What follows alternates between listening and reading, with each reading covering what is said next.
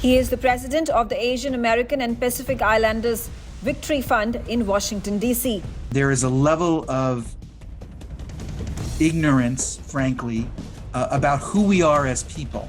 And if we are not even deemed as people in society to a degree. His background spans over 25 years in politics, international business, aerospace, and defense industry. What is at the root cause of this? How do we do a better job of portraying AAPIs in media? NewsX proudly presents the VaKu Diaspora Dialogue with Varun Nikore. Hello and welcome. You're watching NewsX VaKu. My name is Megha Sharma, and joining me on the broadcast is Varun Nikore, who's the president of the Asian American and Pacific Islanders Victory Fund, and he's also the executive director of the Asian American and Pacific Islanders Victory Alliance. He's joining us from Arlington, Virginia, in the United States. It's good to have you on the show, Varun. Thank you so much for having me, Megha. My first question to you, Varun, your personal journey traveling from India to United States, setting up base, and then taking on this larger cause of the Asian American and the Pacific Islanders community. How did this all come about into being? Yeah, so, I've been working in politics for approximately 30 years now. And the way that I got more involved in doing Indian American work was about 20 years ago, setting up a political action committee in order to help and encourage more Indian Americans to run for office. And I did that work for approximately 7 to 10 years. And this opportunity to work more broadly amongst the AAPI community, the Asian American Pacific Islander community, came up around 6 years ago. I jumped at the chance because I really saw, even back then, sort of where our community was headed. There was very little recognition of even the term AAPI in American society, but since Donald Trump's election, frankly, it galvanized our community. It served as a cohesive aspect that really solidified not only that term, but allowed even today this nascent AAPI movement to be born. Unfortunately, a lot of that came due to the negative consequences of rhetoric that we heard, during the last president.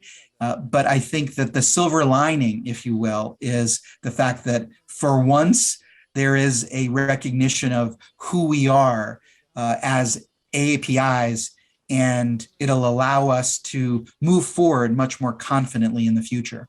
Mm-hmm. Absolutely. And like you mentioned, they have a campaign, Stop Asian Hate. There have been some negative propaganda that has been going on, allowing for the voices of the Asian Americans and the Pacific Islanders to be raised at the right forums when it comes to policy making, when it comes to the bureaucracy. Are there a set of these legislations that if we would like to be passed to ensure the betterment and welfare of these minority communities? Yes, absolutely. Approximately 60 days ago, President Biden signed a law passed by our Congress to focus on hate crimes a little bit more deliberately than in the past, focus on the data surrounding hate crimes, and ensuring that not only was the Justice Department nationally, but also more state and local governments keep track of information in terms of who is actually being attacked, unfortunately, during this time.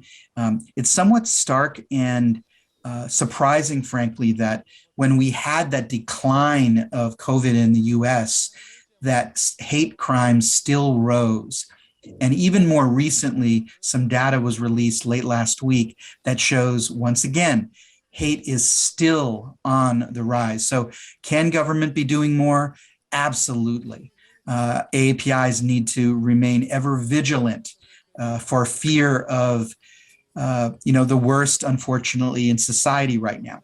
But that being said, there is now an eye on keeping AAPIs much more in focus by police departments and by local governments. And so it will take some time, however, for any actions in that regard to materialize in terms of reduced hate. But it's unfortunate that we are still experiencing some of this, but we're trying to do our best to ensure that government is armed with more information and more ideas on how to tackle this problem, nationally. Okay, and as this community grows larger in number, in population, this is also going to reflect in the kind of policy changes that political parties are going to bring about, because that's an inevitability, keeping in mind the vote bank as well. Does that work in your favor again?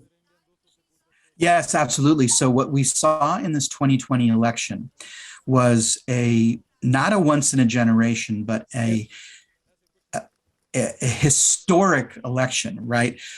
Overall, there was a 12% increase in voting between 2016 and 2020. And that broke a 1 in 100-year record. Mm-hmm. The AAPI community increased their vote by 46%, 4 times roughly the rate of increase of the overall population in the United States of America. That's absolutely unheard of. In politics, I'm a practitioner of political science. And in political science, if you can move a vote by 1% or 2%, that is awesome. You get kudos, you get pats on your back. Mm-hmm. To see something like we've just seen in the United States, where you had a 46% increase, is unheard of in politics. And to put that in other terms, is that the API community typically undervoted in elections by approximately 15 to 17 percentage points. The national average in the United States is about 65%. 65% of Americans will come out and vote in a presidential election. API's 48 to 50%. So we were undervoting. Mm-hmm. In this election, we almost closed, just shy of closed, a 15-point percentage gap. Now, over the course of several presidential cycles, 4-year presidential cycles, that's a possibility, but nobody in their wildest dreams would have thought we would have the potential to close that gap in one presidential cycle. So there is a lot happening. A lot of it is driven by motivation that the API community feels,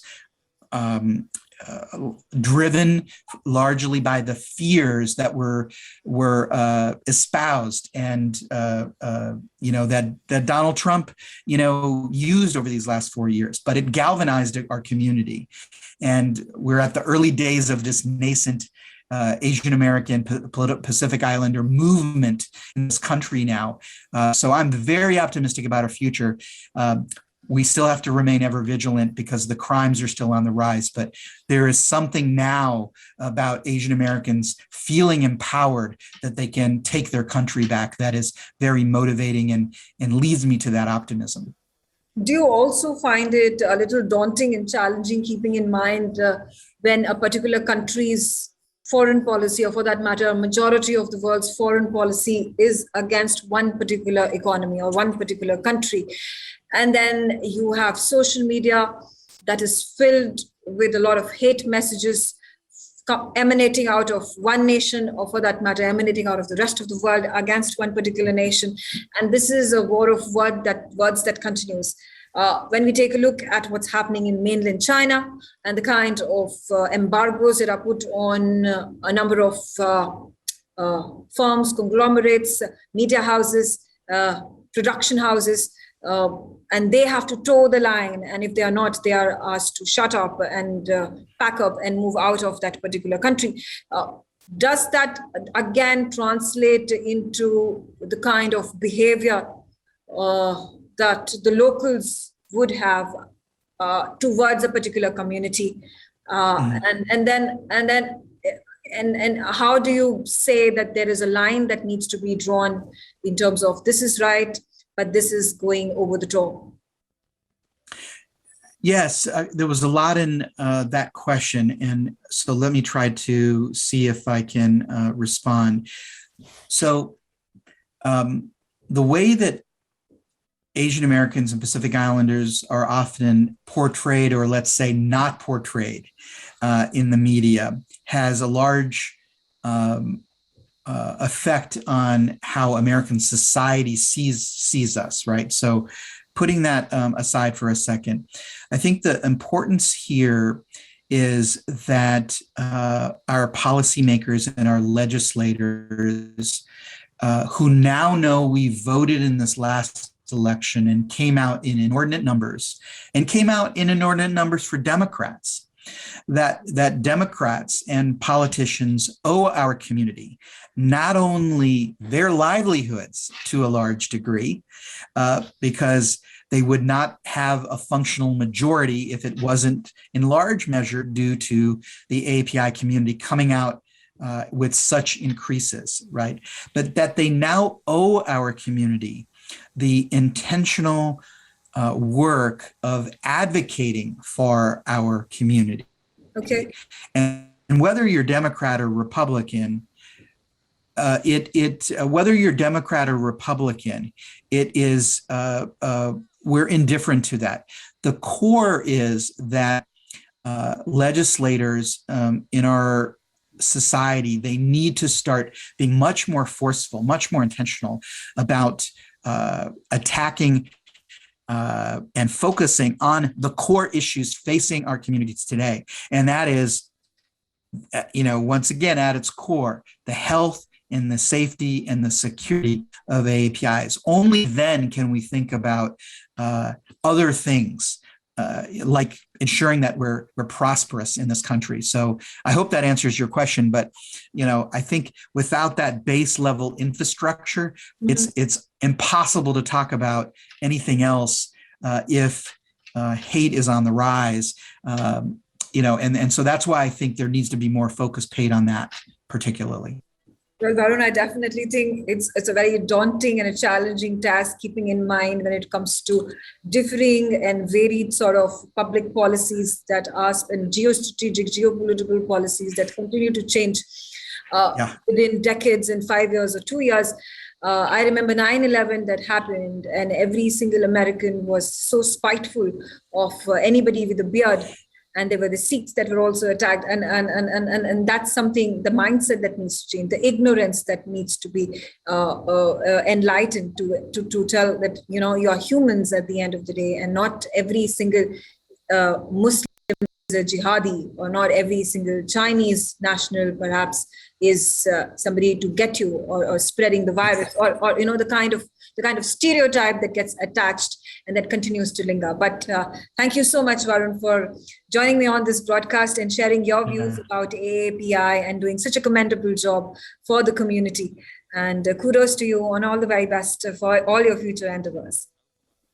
Thank you so much. If I could just end, Megha, you made an amazing point just there about, frankly, the diaspora communities in the US, right? We have an inordinate number of diaspora communities, and they can be the linkages on foreign policy. For example, the Indian American community was front and center in passing the US civil and nuclear deal more than 10 years ago, right? And so if our federal government can figure out how to be more intentional about using those diaspora communities, we could unlock the pivot to Asia that was supposed to happen a decade ago under the Obama administration.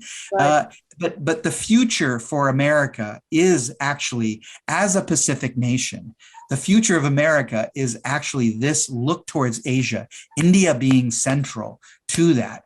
And so that's what I'd like to leave your viewers with, is that the future is very bright, but there is a lot of work to do to ensure that happens. Thank you so much for having me today. You are doing that. You are in that uphill cycle of building a community that is going to be all comprehensive and integrated, and allowing for the natives, allowing for the American community to embrace the minorities that are growing. That's the future. And that's going to be an inevitability. But thank you once again, Varun, for joining me on this broadcast. My sincere pleasure. Thank you for having me. NewsX ITV network have proudly launched the VaKu Diaspora Broadcasting Network. VaKu DBN will be India's first mainstream platform dedicated to the diaspora community. Help support us. Become VaKu patrons at memboro.com/VaKu. You will get the first access to our interviews, make recommendations, merchandise access, ask questions, and get a shout out of thanks on our TV shows. You can also suggest to us who should get the VaKu Golden Chakra Awards and also tell us who should get into the VaKu Hall of Fame. Limited memberships are available at 100 rupees per month on Memboro VaKu. Sign up now. Log on to memboro.com/VaKu.